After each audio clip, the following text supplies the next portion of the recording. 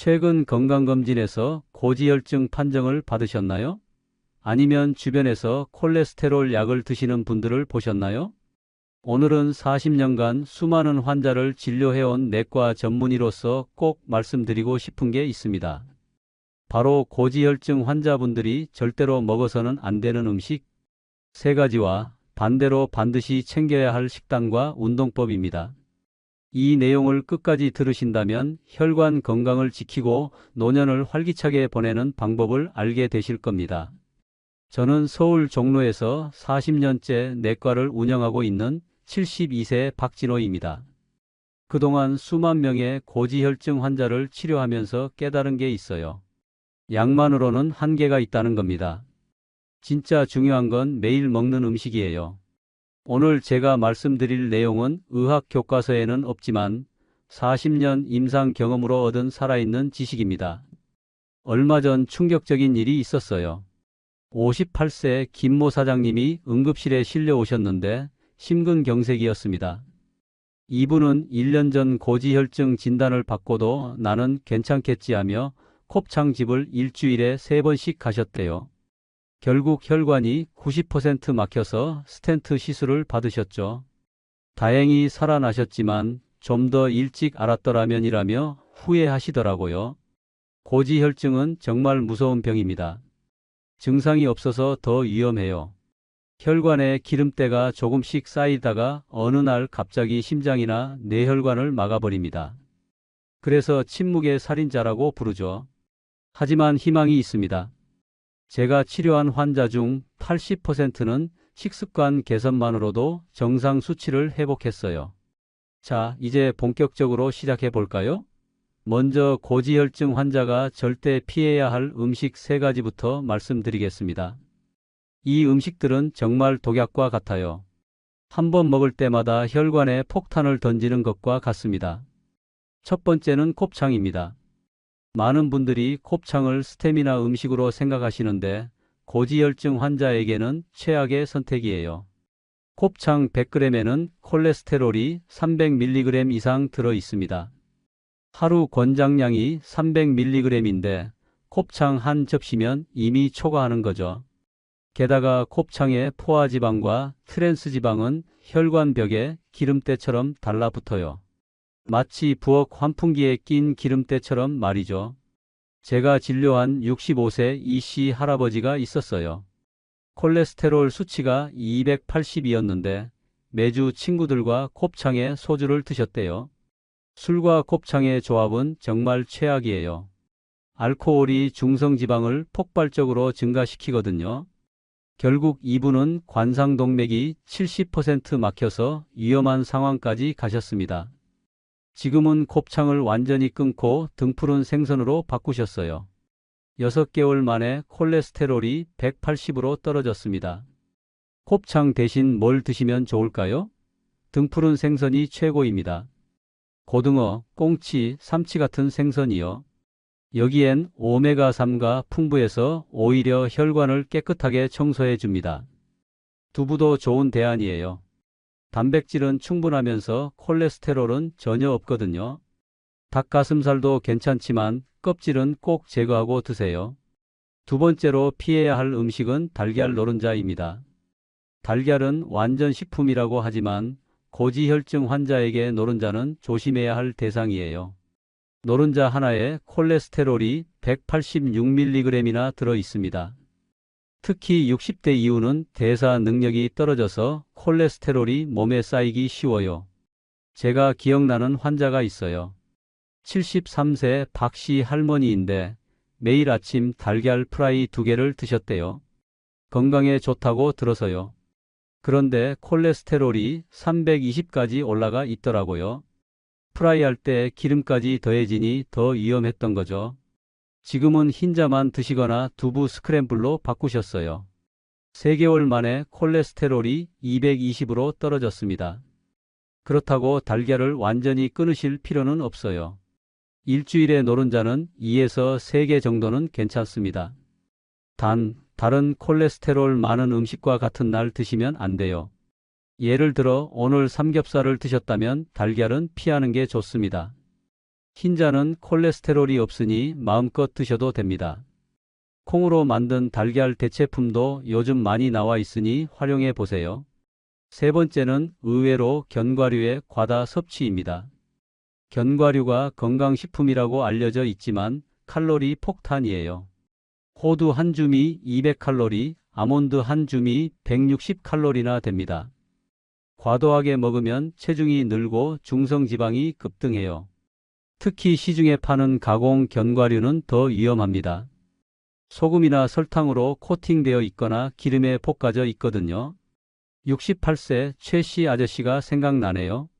건강을 위해 매일 믹스넛을 한 봉지씩 드셨대요. 그런데 3개월 만에 체중이 5kg 늘고 중성지방이 400까지 올라갔어요. 견과류가 좋다고 해서 무작정 많이 드신 거죠. 지금은 하루에 아몬드 6알, 호두 3쪽 정도만 드십니다. 그것도 매일이 아니라 이틀에 한 번씩요. 덕분에 중성지방이 150으로 정상화됐습니다. 견과류를 드실 때는 양 조절이 핵심입니다. 간식이 아니라 식사 대용으로 소량만 드세요. 생견과류를 선택하시고 가급적 아침에 드시는 게 좋아요. 저녁에 드시면 칼로리가 그대로 지방으로 축적되거든요. 이제 반대로 피 속 기름을 잡아주는 좋은 음식들을 소개해 드릴게요. 이 음식들은 약보다 더 강력한 효과가 있을 수 있습니다. 실제로 제 환자들이 이 음식들로 놀라운 변화를 경험했어요. 먼저 등푸른 생선입니다. 고등어, 꽁치, 정어리, 삼치 같은 생선들이요. 여기에는 오메가3 지방산이 풍부합니다. 오메가3는 중성지방을 낮추고 혈전을 예방하며 혈관 염증을 완화시켜요. 일주일에 3번 이상 드시면 좋습니다. 구이나 찜으로 조리하시고 튀김은 피하세요. 75세 정씨 할머니는 고등어를 일주일에 4번씩 드신 후 6개월 만에 중성지방이 350에서 120으로 떨어졌어요. 약을 줄일 수 있을 정도로 개선됐죠. 고등어가 이렇게 좋은 줄 몰랐어요 라고 하시더라고요. 두 번째는 귀리입니다. 귀리에는 베타글루칸이라는 특별한 섬유질이 들어있어요. 이 성분이 장에서 콜레스테롤 흡수를 막아줍니다. 연구에 따르면 매일 귀리를 먹으면 나쁜 콜레스테롤이 5에서 10% 감소한다고 해요. 아침에 오트밀로 드시거나 밥에 섞어 드시면 좋습니다. 세 번째는 콩과 두부입니다. 콩에는 이소플라본이라는 성분이 있어서 나쁜 콜레스테롤을 억제해요. 또한 식물성 단백질이 풍부해서 동물성 단백질을 대체할 수 있습니다. 검은콩, 서리태, 병아리콩 모두 좋아요. 두부는 소화도 잘 되고 콜레스테롤이 없어서 매일 드셔도 됩니다. 네 번째는 올리브 오일입니다. 항산화 성분이 풍부해서 혈관을 보호해줘요. 단 하루에 1에서 2티스푼만 사용하세요. 너무 많이 쓰면 칼로리가 높아집니다. 샐러드 드레싱이나 나물 무칠 때 사용하시면 좋아요. 다섯 번째는 토마토입니다. 라이코펜이라는 성분이 콜레스테롤 산화를 막아줘요. 익혀서 드시면 흡수율이 더 높아집니다. 토마토 소스나 토마토 주스로 드셔도 좋아요. 제 환자 중에 매일 토마토 주스를 한 잔씩 드신 분은 3개월 만에 콜레스테롤이 20 정도 떨어졌습니다. 여섯 번째는 마늘입니다. 알리신이라는 성분이 콜레스테롤 합성을 억제해요. 하루에 1에서 2쪽 정도가 적당합니다. 생마늘이 부담스러우면 구워서 드셔도 됩니다. 마늘을 꾸준히 드시면 혈압 조절에도 도움이 돼요. 이제 운동 이야기를 해볼까요? 음식만큼 중요한 게 운동입니다. 운동은 천연 콜레스테롤 약이에요. 규칙적인 운동만으로도 콜레스테롤을 20%까지 낮출 수 있습니다. 가장 좋은 운동은 빠르게 걷기입니다. 하루 30분, 주 5회 이상 걸으세요. 숨이 약간 차고 땀이 살짝 날 정도의 속도가 좋아요. 62세 김씨 아저씨는 매일 아침 공원을 40분씩 걸은 후 콜레스테롤이 260에서 200으로 떨어졌습니다. 걷기가 이렇게 효과가 좋을 줄 몰랐다고 하시더라고요. 계단 오르기도 훌륭한 운동이에요. 엘리베이터 대신 계단을 이용하세요. 하체 근력과 심폐 기능이 동시에 강화됩니다. 처음에는 2층씩 점차 늘려가세요. 무릎이 아프신 분들은 올라갈 때만 계단을 이용하고 내려올 때는 엘리베이터를 타세요. 수영이나 물속 걷기도 좋습니다. 관절에 부담이 없으면서 전신 운동이 되거든요. 특히 체중이 많이 나가시는 분들에게 추천합니다. 70세 이씨 할머니는 아쿠아로빅을 시작한 후 중성 지방이 300에서 150으로 떨어졌어요. 자전거 타기도 추천합니다. 무릎에 무리가 없으면서 하체 근력을 키울 수 있어요. 실내 자전거도 좋습니다. 하루 20분씩만 타도 효과가 있어요. 혈액순환이 좋아지고 심장이 튼튼해집니다. 운동할 때 중요한 원칙이 있어요. 첫째, 시작 전후에 꼭 스트레칭을 하세요. 부상을 예방할 수 있습니다. 둘째, 충분한 수분을 섭취하세요. 운동 중에도 물을 조금씩 마시는 게 좋아요. 셋째, 몸의 신호에 귀 기울이세요. 가슴이 아프거나 어지러우면 즉시 멈추고 병원에 가세요. 넷째, 짧게라도 매일 꾸준히 하는 게 중요합니다. 실제 환자 사례를 더 들려드릴까? 67세 박씨 아저씨는 콜레스테롤 310, 중성지방 450이었어요. 의사인 저도 걱정이 될 정도였죠. 그런데 이분이 정말 대단하신 게 제가 말씀드린 대로 곱창과 달걀, 과도한 견과류를 완전히 끊으셨어요. 대신 등푸른 생선과 귀리, 콩을 꾸준히 드시고 매일 1시간씩 걸으셨습니다.